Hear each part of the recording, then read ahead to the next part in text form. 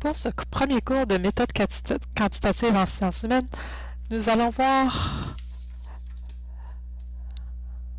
la méthodologie, la recherche en sciences humaines. Donc, la première chose, c'est qu'on va faire l'acquisition de connaissances. Donc, la méthode non scientifique et la méthode scientifique.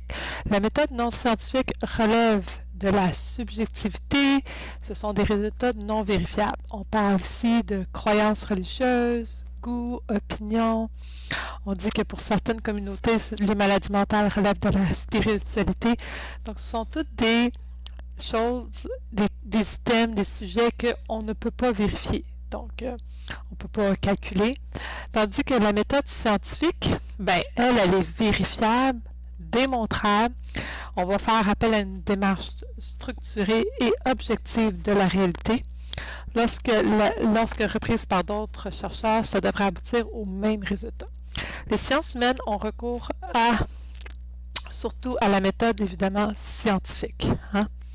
Donc, c'est ce qu'on dit ici. Donc, la méthode scientifique, si on la regarde un peu plus proche, on peut parler d'une recherche qui est théorique, où on va parler de déduction, lien logique, s'appuyant sur des règles logiques. Ou on peut parler d'une recherche empirique. Empirique, ça veut dire quoi? Ça veut dire qu'on ramasse des données sur le terrain.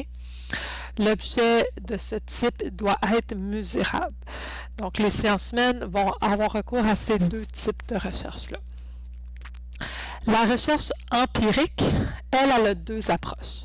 Elle a l'approche qualitative, ça veut dire qu'il n'y a généralement pas d'ordre numérique. Ça sert à décrire une situation, le mode de vie, la situation familiale, tandis que l'approche quantitative, ça veut dire qu'elle peut être mesurée à l'aide de nombres. Les données sont analysées avec des méthodes quantitatives qui vont nous permettre de faire des conclusions et des liens. Donc ici, on a la description des deux approches. Les deux approches sont complémentaires. Donc si je résume, nous, on veut faire une acquisition de connaissances. On a deux méthodes pour faire ça, la méthode non scientifique et la méthode scientifique. En sciences humaines, on s'attend dans la méthode scientifique. La méthode scientifique, elle se sépare en deux également. Elle a une recherche théorique et la recherche empirique. Et la recherche empirique, elle aussi, elle a deux approches, l'approche qualitative et l'approche quantitative. Donc, au niveau des étapes d'une recherche, ici, je vous ai d'une démarche scientifique. Ici, ce sont les 7 étapes qui existent. Donc, elles ne sont pas mises dans l'ordre, donc on va les regarder ensemble pour essayer de faire un ordre. Ici, on dit choisir la technique d'observation et construire l'instrument de mesure. OK. Ensuite, on a effectué l'observation, traiter et organiser les données, opérationnaliser les concepts, analyser et interpréter les données, formuler la problématique et préciser la question de recherche et élaborer l'hypothèse de recherche. Donc, quand on regarde ça, on se dit, ça ne peut pas être traiter et organiser les données la première étape.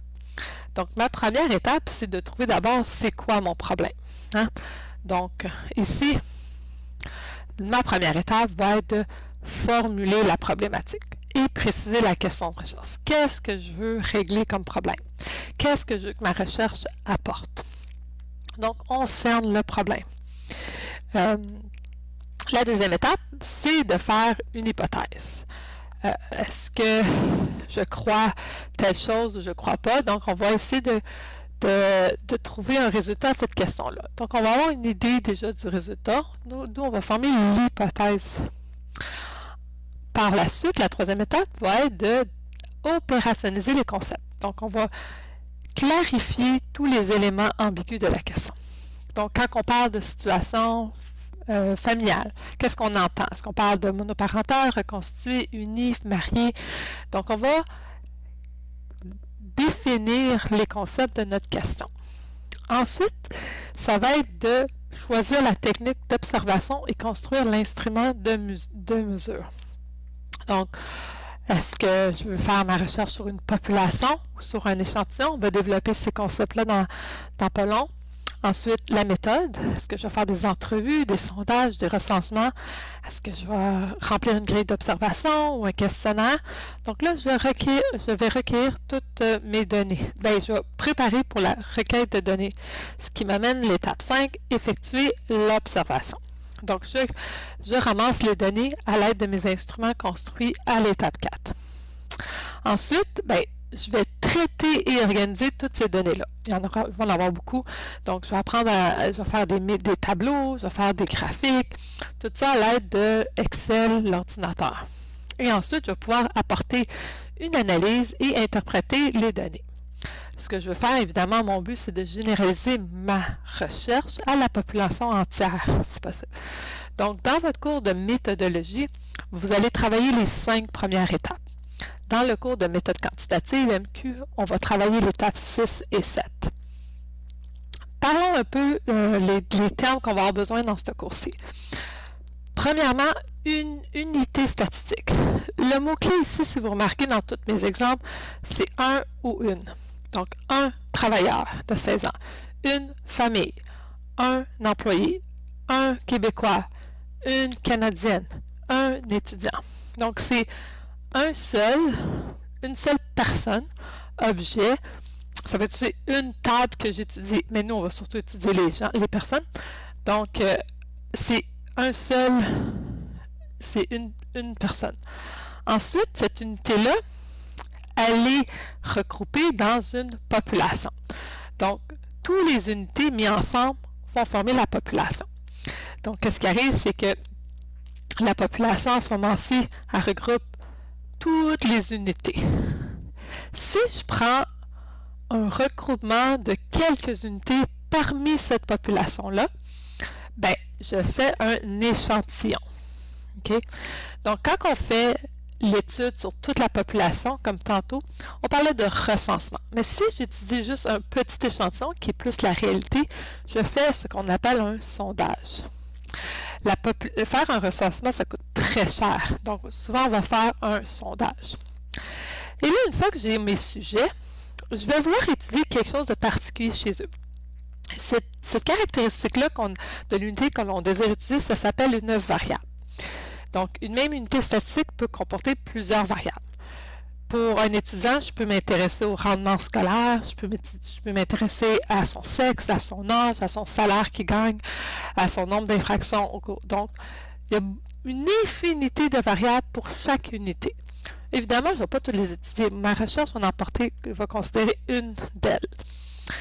Pour nous aider ensuite à organiser nos variables, c'est très important dès le début d'identifier c'est quoi le type de variable, parce que les graphiques et les tableaux correspondants ne seront pas pareils. Donc, il existe 2 types de variables.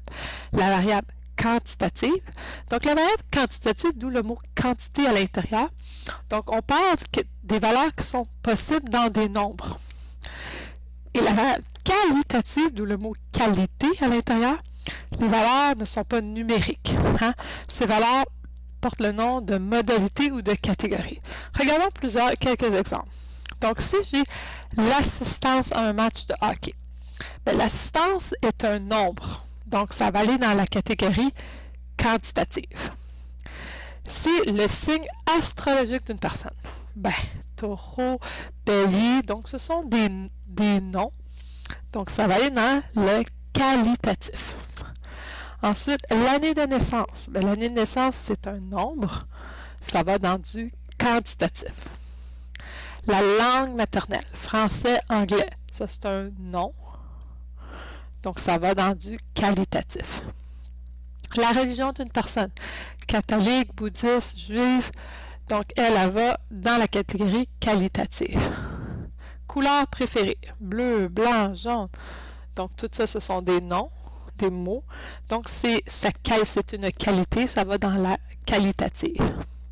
Le coût d'une réparation, ça se calcule en dollars.